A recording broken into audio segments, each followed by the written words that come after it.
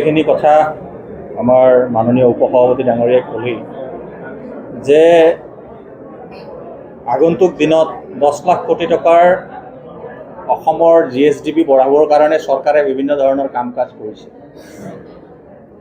2015-16 চনত আমাৰ চৰকাৰখন যেতিয়া আহিছিল তেতিয়া অসমৰ GSDP আছিল 2,27,000 কোটি টকা।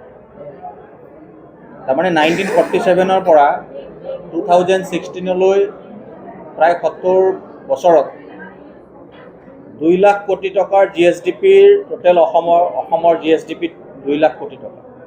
আৰু আজি আপোনালোকে দেখিছে যে অসমৰ GSDP 7,40,000 কোটি টকা হ'ব।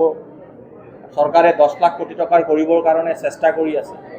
এইটো অসমৰ বিগত দিনৰ যি ব্যৱস্থা তাৰ জৰিয়তে যিখিনি কাম কৰা হৈছে তাৰ জৰিয়তে সফলতা লাভ কৰিবলৈ সক্ষম হৈছে।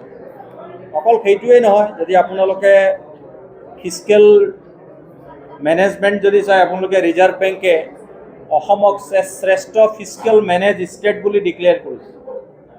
বহু সময়ত মানুহে কয় যে লোন লৈছে, অমুক লৈছে, তমুক লৈছে বুলি কয়। যিটো এইটো FRBM এক্ট আছে, FRBM এক্টৰ মেণ্ডেট মতে টোটেল GSDPৰ 32% লোন ল'ব লাগে পাৰি, মেণ্ডেটেড। ৰিজাৰ্ভ বেংকৰ মেণ্ডেটেড 32%।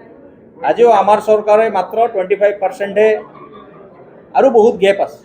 তো সেইকাৰণে আমাৰ চৰকাৰখন শ্ৰেষ্ঠ ফিস্কেল মেনেজ চৰকাৰ, আৰু এইখন চৰকাৰে বিগত দিনত দুখীয়া মানুহৰ পৰা আৰম্ভ কৰি ইণ্ডাষ্ট্ৰীলৈ এই গোটেই বিষয়বোৰ সামৰিছে।